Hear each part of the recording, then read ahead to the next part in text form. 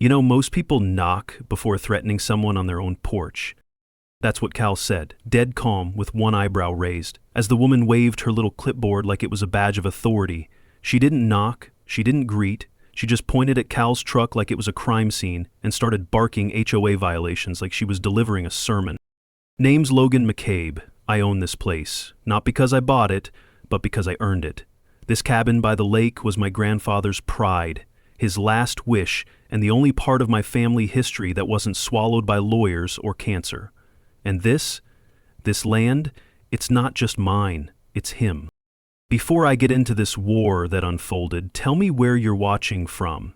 And hit that subscribe button if you've ever had to stand your ground against control freaks in power. Trust me, you'll want to stick around for how this ends. Back to that clipboard queen. Her name, Beverly Lang. HOA president, the kind who smiles with her teeth but not her eyes. She'd only been elected 3 months ago, but she was already ruling this neighborhood like it was a gated empire. Her first royal decree, that Cal's truck undermined the neighborhood's visual harmony. That truck? It's a matte black Ford F-350 with reinforced bumpers and a Navy SEAL trident embossed above the tailgate. It's more than a vehicle, it's a memory on wheels. Cal didn't just serve, he survived. And this truck carried half his platoon out of a firefight in Kandahar. But Beverly didn't care. She cared about symmetry, compliance, and a certain image. I watched Cal squint at her, reading her the way only someone trained in recon can. She doesn't care about the rules, he said to me later. She cares about control. We tried to let it go, really, but the next morning we found a bright orange warning sticker slapped on the truck windshield. Violation, unauthorized vehicle. Next to it, an anonymous letter shoved in our mailbox. This is a community, not a campground. Your friend's presence is intimidating to families. I don't even know who wrote it, but I could guess who inspired it. This cabin sits right at the edge of Lake Pinehurst, backed by towering birch trees and the same weathered dock my grandfather built in 1964. It's the dock where I caught my first fish, where he taught me to tie a proper knot, and where he asked me, just days before he passed, promise me you'll keep this place in the family no matter what. That dock will come back into this story later, trust me. For the first week, Cal and I worked on rebuilding the back fence and clearing out the overgrown path to the dock. He didn't say much, but I could tell he was calculating, watching. The man's been out of the military for years, but he still scans rooftops. He still knows when someone's tailing you. HOA notices started arriving like clockwork. Improper paint color on mailbox. Fence height violation. Noise complaint from using power tools past 5 p.m. All thinly veiled attacks to wear me down, and for a while, I let them pile up. Thought maybe they'd get bored and move on. But then Beverly cornered Cal while he was watering the garden. No words, just a stare, and a hand on her hip where her sweater lifted just enough to reveal a holstered pistol. Cal didn't flinch. He walked back inside, grabbed a glass of water, and said, "She just threatened me with a gun on your property. You gonna file or should I?" That was the turning point. See, I'm not a fighter. I build homes, fix things, make things better. But the second someone comes onto my land and pulls a stunt like that against the man who saved lives overseas, you've awakened the wrong damn spirit. I reported it, nothing came of it, of course. The HOA claimed she was exercising personal protection rights. But I started documenting everything, every letter, every conversation, every offhand remark, because the war had started. And this cabin, this legacy, I wasn't about to lose the only home I've ever had to a woman who thinks a pistol and a title make her God. I didn't sleep the night Beverly reached for her gun. I just sat on the porch, watching the wind brush against the birch leaves like nothing had happened, while Cal paced slowly around the house perimeter, silent, checking corners like he used to in Baghdad. The next morning, I submitted a written report to the local sheriff's office. They noted it, thanked me, said they'd follow up.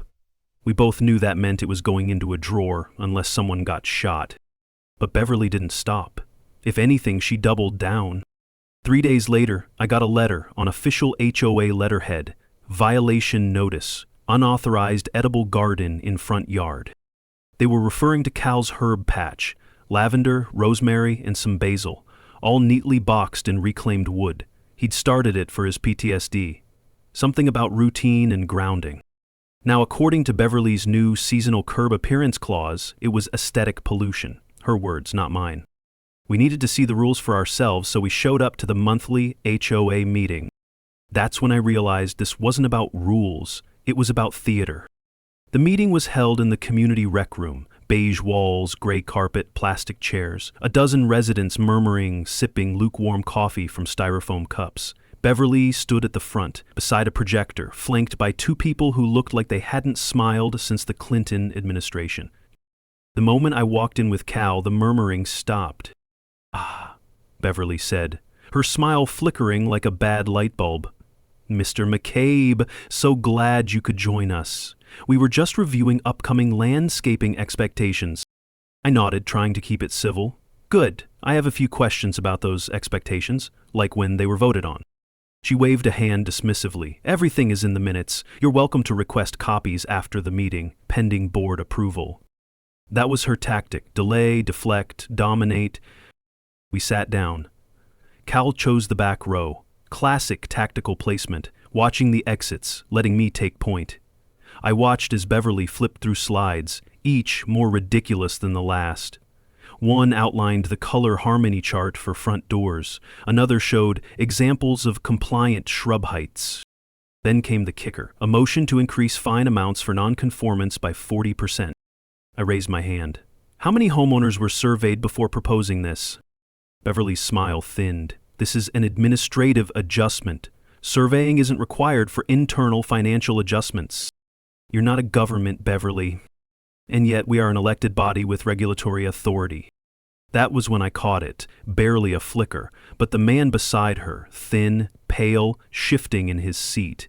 He didn't like what she said. His eyes darted toward the door, then to us. His hand was trembling. I didn't know him yet, but I'd remember his name soon enough. Dean Farley, board secretary.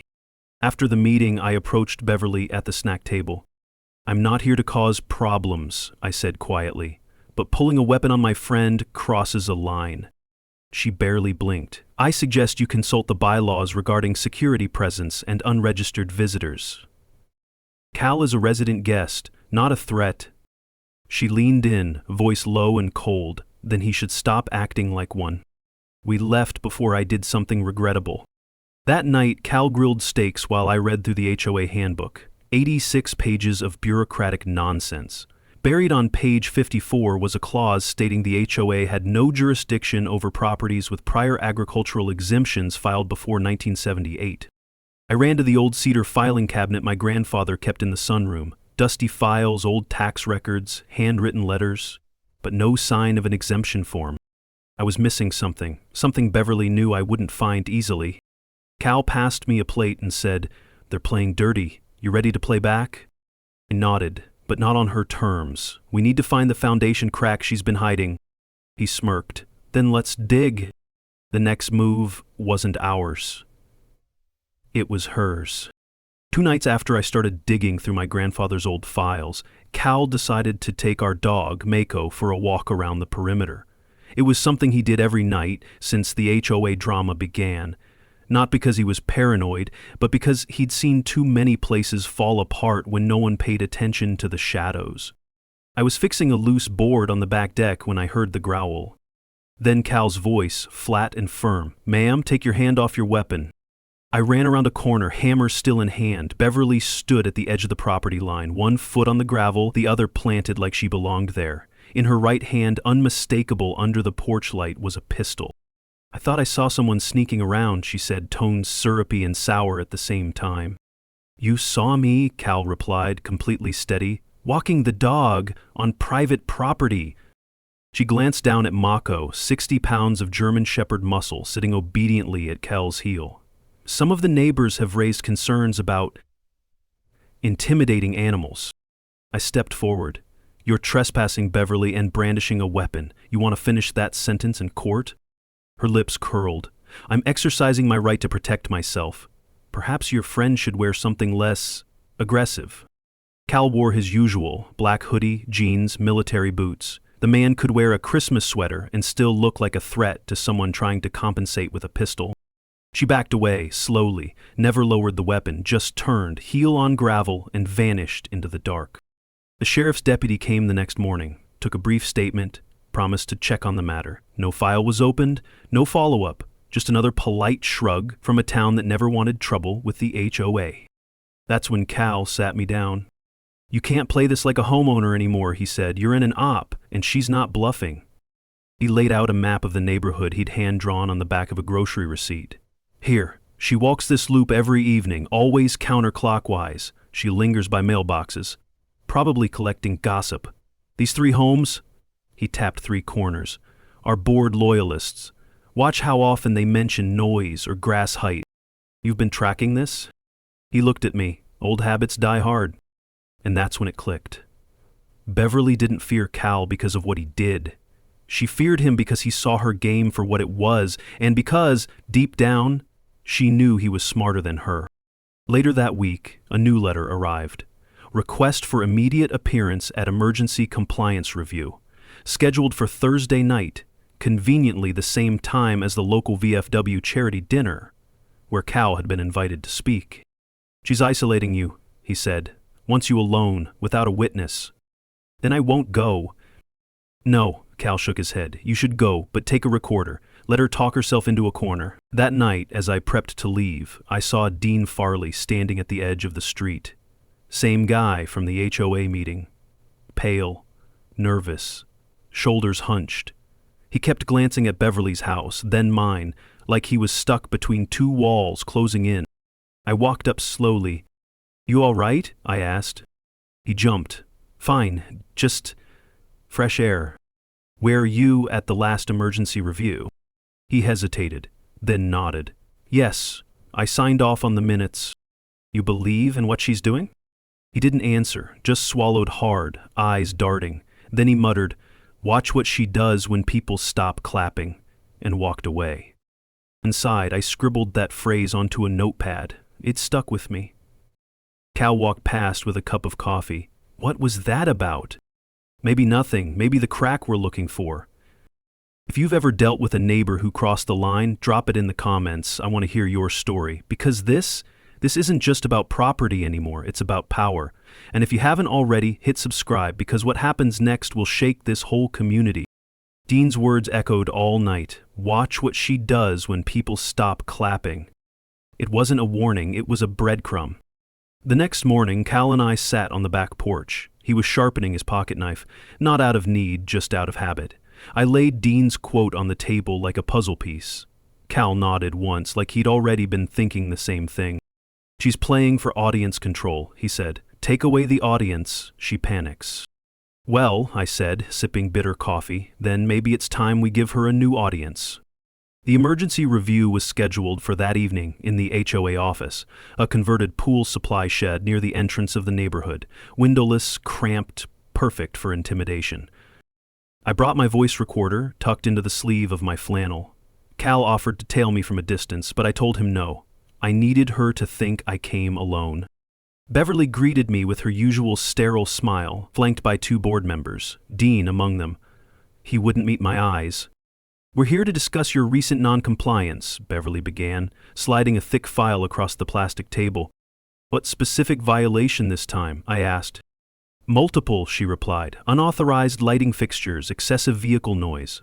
And, of course, your guest's continued presence without formal registry." "You mean Cal?"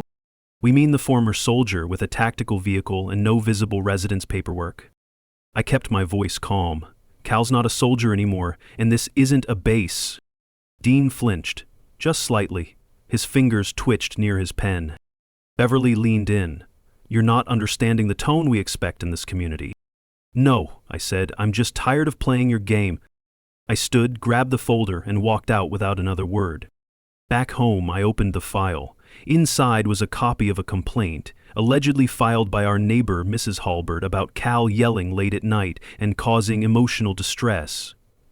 Problem was, Mrs. Halbert had moved to Arizona 6 months ago. Cal even helped pack her truck. It was a forged complaint, a fake paper trail to build a false pattern.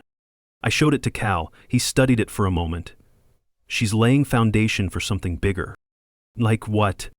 "Eviction. Or worse, trying to frame us as dangerous." That's when I knew this wasn't going to stay civil. Next morning, I walked the neighborhood.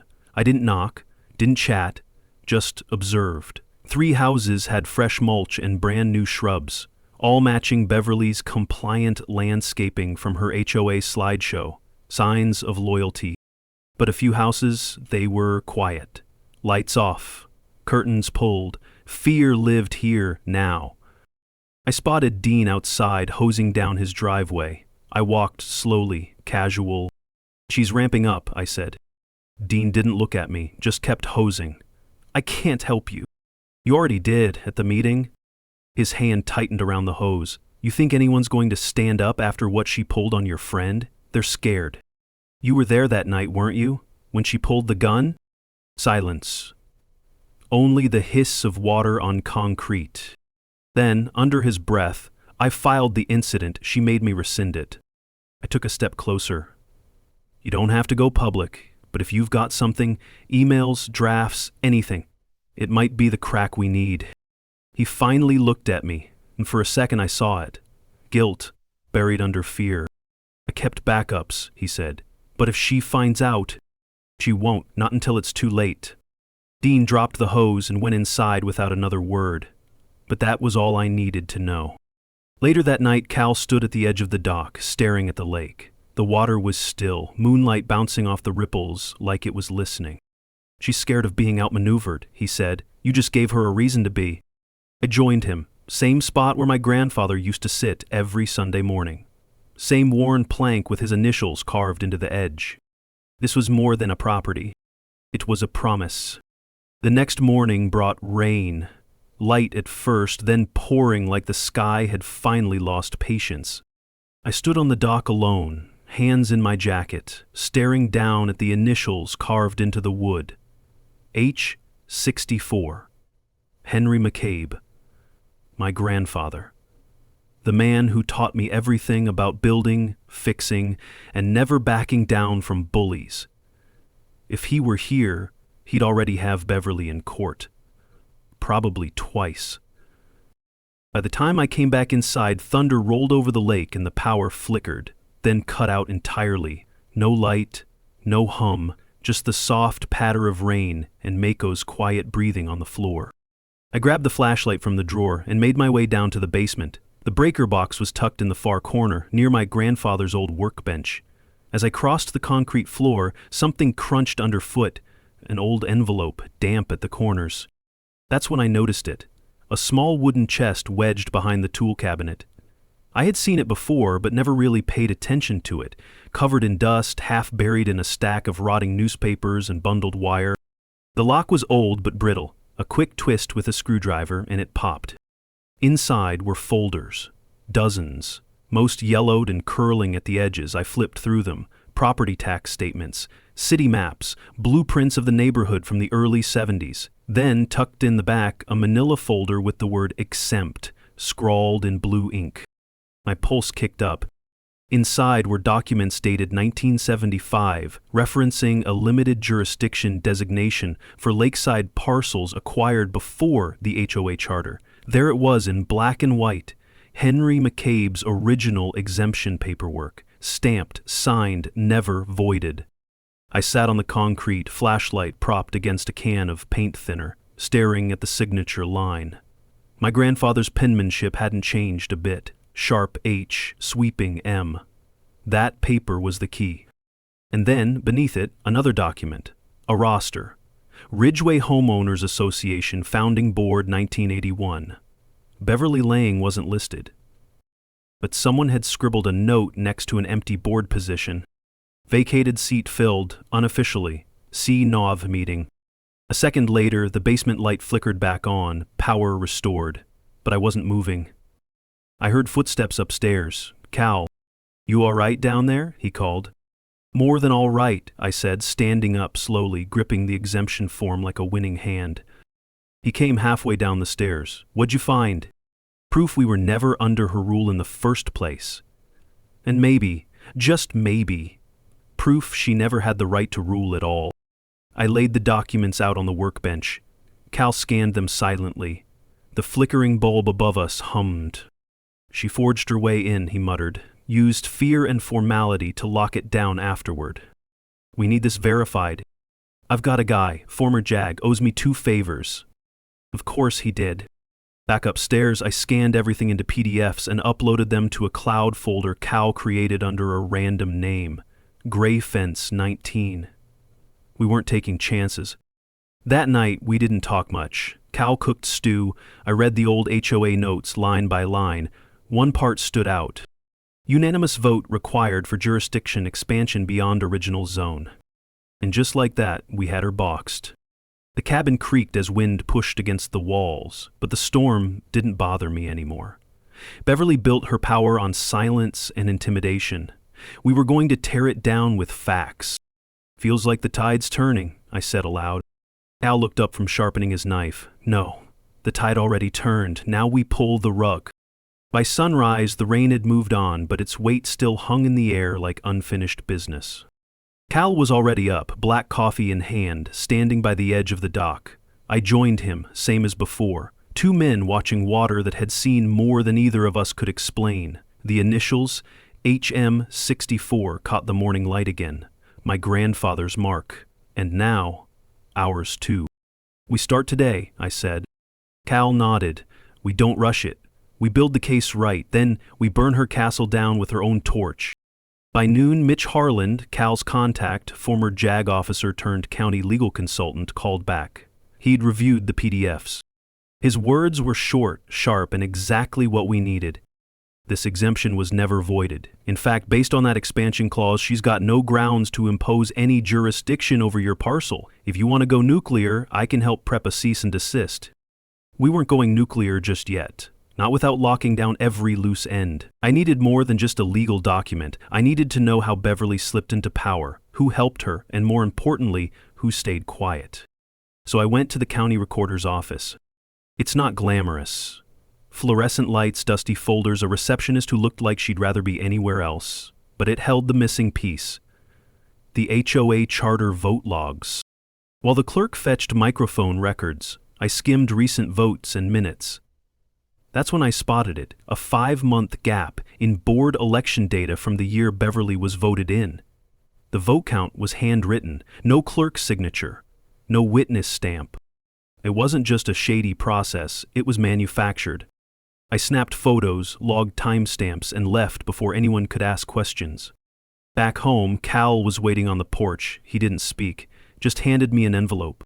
From Dean, he said, left it taped to the mailbox under a flyer for gutter cleaning. Inside were 3 printed emails. The first was Beverly instructing Dean to streamline meeting minutes. The second was a directive not to log complaints from habitually disruptive residents. And the third, gold, was Beverly asking Dean to process the fake halberd complaint without question. It was over. She just didn't know it yet. That night, I walked the property one last time. The grass was damp, the air clean. The house still needed new siding, and the chimney leaked when it rained hard. But for the first time in weeks, I didn't feel like a man under siege. I stopped by the old cedar chest one more time, flipping through the last few documents. Tucked inside a faded envelope was a black and white photo of my grandfather sitting on the dock. Next to him, a much younger me missing a tooth, holding up a tiny bass like I'd just caught a shark. He'd written a note on the back in blocky letters, "Keep this place yours, no matter what." I set it on my desk. Tomorrow the plan would begin. Cal had already started drafting a motion for an emergency homeowners hearing. Dean was ready to flip but needed protection. Mitch would help with legal oversight. The trap was forming, brick by brick. We weren't going to fight Beverly on emotion. That's what she wanted. Noise, drama, excuses to twist the narrative. No, we were going to starve her of excuses. And when the time came, we'd bring the whole room with us.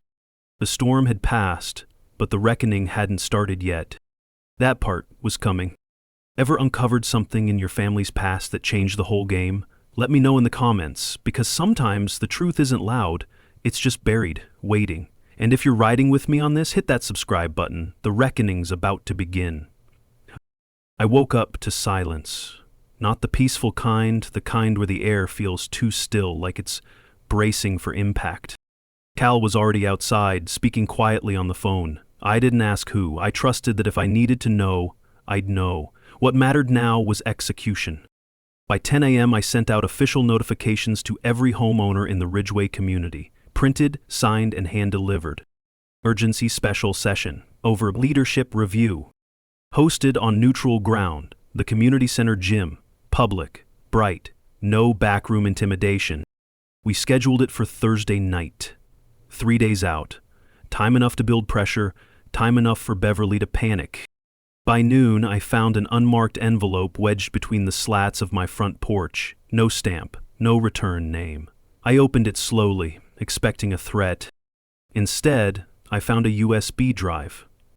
I plugged it into the old laptop in my workshop. No internet, no syncing. Cal insisted on digital caution. On it, 4 audio files, all dated, all HOA meetings. And all damning. One had Beverly instructing the board to bear dissent in procedure. Another had her suggesting residents like me could be pushed out if fines stack up enough. And the last one, her clearest mistake, caught her joking about Cal. Some ex-military type thinks he can intimidate me? He doesn't realize how fast people like him disappear from places like this. I leaned back in my chair, no fear this time, just fury sharpened into purpose. Dean was the only person who could have recorded this. And sure enough, he showed up that evening, jittery, pale, fingers trembling as he gripped a worn binder. "I don't have long," he said. "She's watching me." We stood on the dock, away from windows where the trees could muffle sound. "I need you to say it, Dean," I said. "Not in code, not in hints. I need the truth." He nodded, eyes fixed on the lake. "She forged the vote," he said. 2 years ago, the board was down to 3. She pressured me and Sandra to sign off under the table, said it was temporary until a proper election could happen, but then she never held one. And the complaints? He fabricated most of them, used a template, changed names, dates, said it was necessary to keep certain elements out.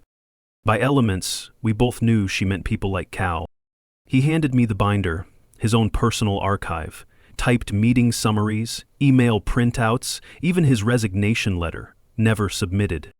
"I was scared," he said. "Still am, but when she pulled a gun on your friend and spun it like you were the threat, that was the line." "You're doing the right thing," I said. "Maybe? Or maybe just the last thing I can do before I get run out of here?" As he turned to leave, I called out, "Dean!" He stopped. "To well now?" He didn't answer right away, just looked out at the water, then down at the initials carved into the dock. "I used to fish here as a kid," he said quietly. "Your granddad once patched my bike chain after I crashed near the mailbox. Didn't ask for anything, just said, 'Good neighbors fix things.' I guess I stopped fixing things a long time ago." He walked away after that, not another word. I brought the binder inside, scanned everything, and sent a copy to Mitch. Cal and I spent the evening laying out the full timeline, cross-referencing votes, matching timestamps on complaints to days we were out of town. It wasn't just strategy anymore. It was a case, strong, clean, and ready to detonate.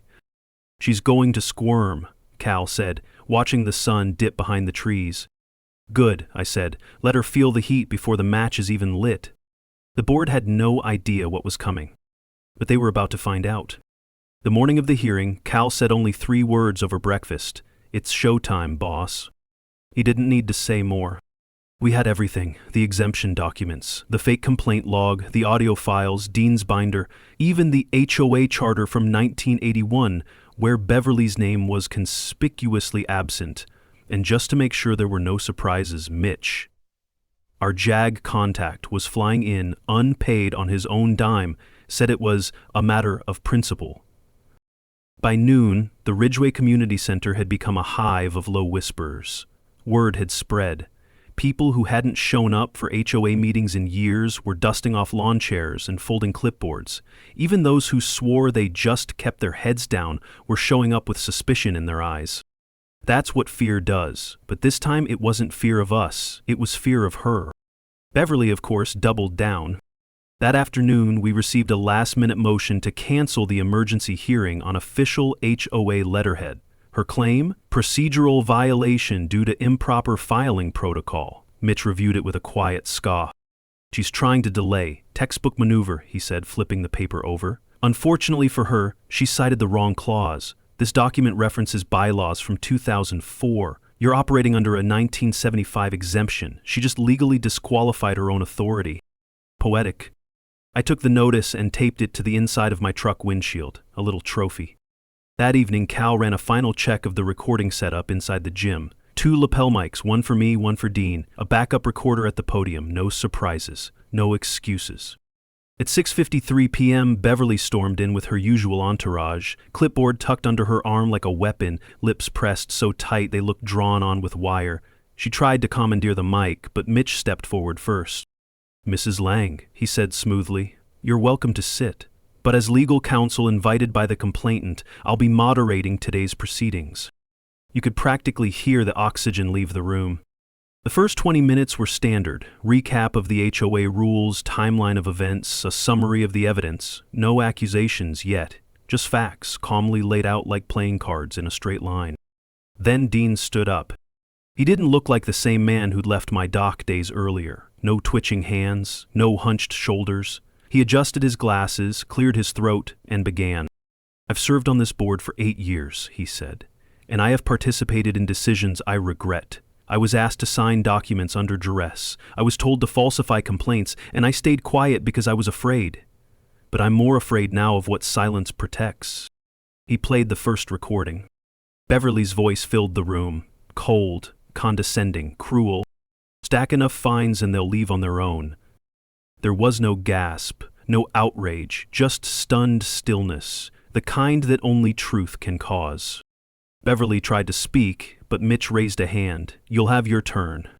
I took the floor next. I didn't raise my voice. I didn't need to. I'm not here because I don't like rules. I'm here because my grandfather's land, my home, was exempt from this HOA before this HOA even existed, and you've all been ruled by someone who never had a right to lead you. I held up the exemption paper, then the original board roster. Everly Lang's leadership was never ratified. Her title has no legal basis. Her complaints? Fabricated. Her authority? Non-existent. And then the final blow, the picture of my grandfather and me on the dock. I held it up. Didn't say anything. Just let it sit.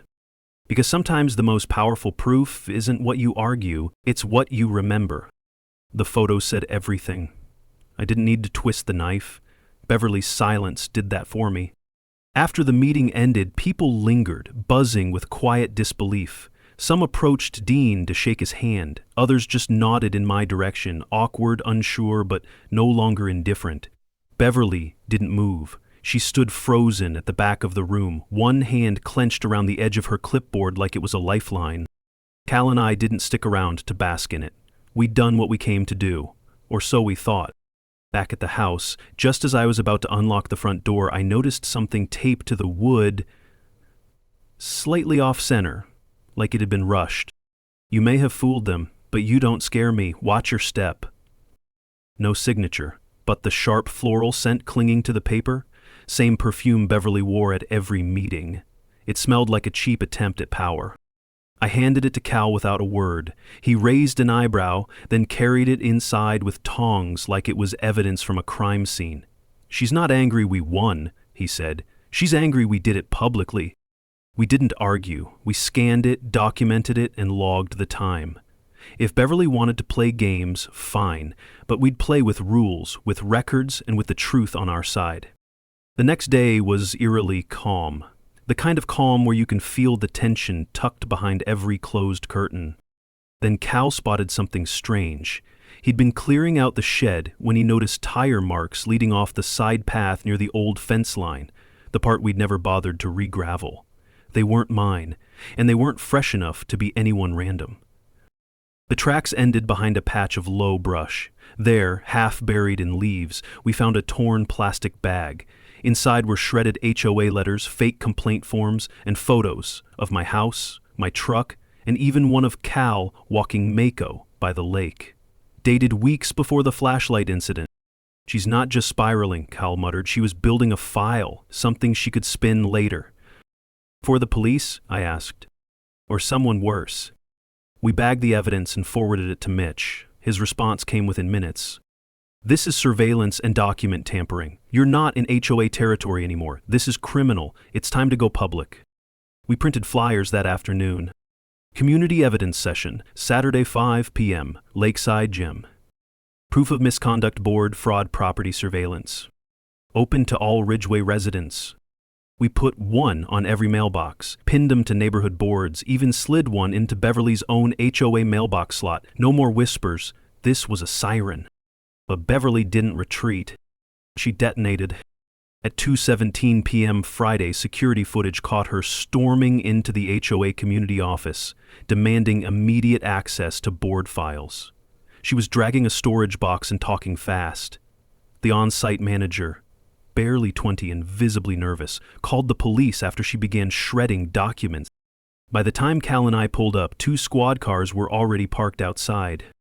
There she was, standing on the sidewalk, mascara streaking, hair wild, screaming into her phone like it owed her an apology. "I built this place. You think I'm going to let some squatters tear it down?" The officers calmly led her away. She fought it, but not with force, just desperation. That clipboard, still in her hand, as if authority was something you could hold onto when everything else slips.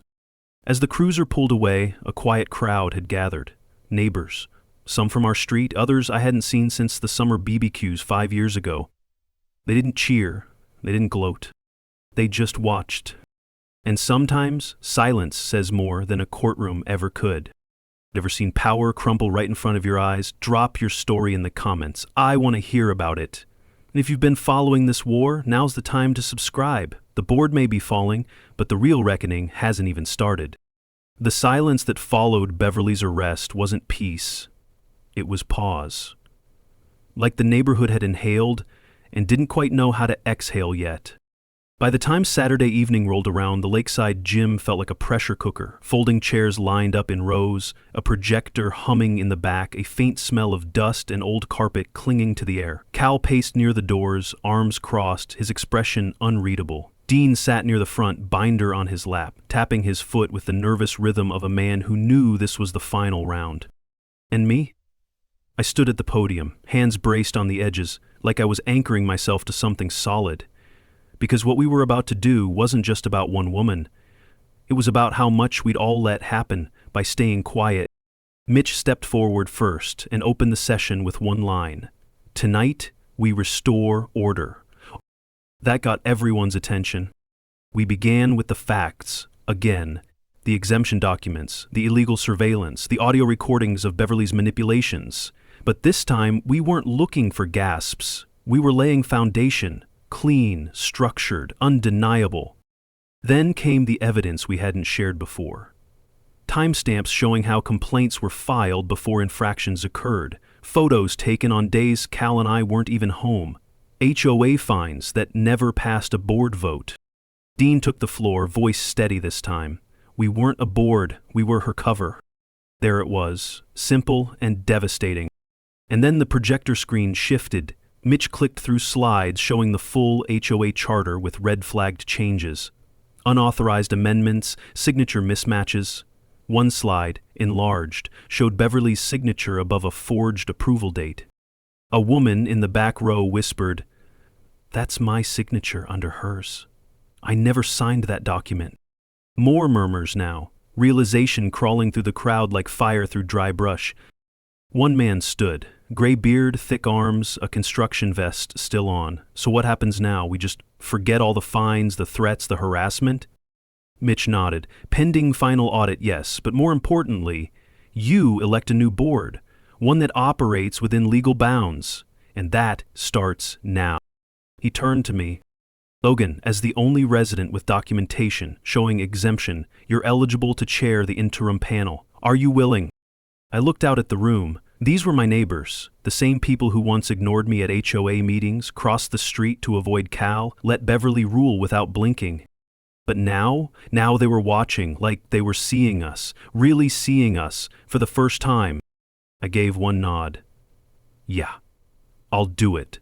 But only if we rewrite the rules in plain English, and this time we all have to actually read them." Scattered laughter, tension breaking. Mitch handed out ballots, volunteers stepped up to count. Cal leaned against the back wall, arms folded, eyes scanning like always. "You just became the thing you were fighting," he said. "Only temporarily," I muttered. Then I handed off to someone sane. Voting ended fast. No debates, no slates, just tired people ready for something better. After the votes were counted, I was officially appointed interim chair. Dean was named oversight liaison. A woman named Grace, soft-spoken but sharp-eyed, was voted in as treasurer. Fresh names, fresh air. Beverly hadn't just been removed, she'd been replaced. After the meeting, people lingered, this time to talk. Some offered to help repaint the community signage, others asked if Cal could recommend someone for security upgrades. A teenager came up just to ask what kind of dog Mako was. No one looked afraid anymore. And that, more than any document or meeting, told me we'd won something bigger than just a power struggle. We'd reclaimed a neighborhood. The night after the vote felt lighter. Cal and I sat out back near the dock, beers in hand, watching Mako chase the wind.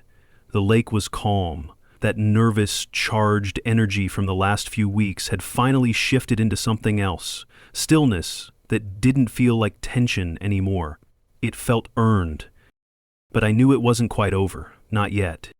Monday morning, Mitch called. "She's lawyering up," he said. "A civil defense attorney out of state claims the arrest was retaliatory." "Retaliatory for what?" I asked. "For being held accountable?" Cal added.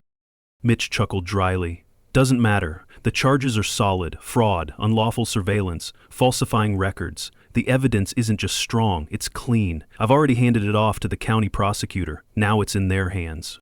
It should have felt like closure, but there was still one thread left dangling. I hadn't seen Beverly since the arrest. Until Tuesday. I was walking back from the post office when I spotted her, standing on the front porch of her house. Alone, arms folded, hair pulled back in a tight bun again like she was trying to reassemble the pieces of herself. She didn't see me at first, but then our eyes met. Just for a second, and something in her face cracked. Not anger, not pride, just collapse. I didn't stop, didn't wave, just kept walking. But later that evening, I found a letter on my doorstep, handwritten, no envelope. I lost control. That's not an excuse, it's the truth. I thought people needed order. I thought I was the only one willing to provide it. I didn't know how to stop once it started.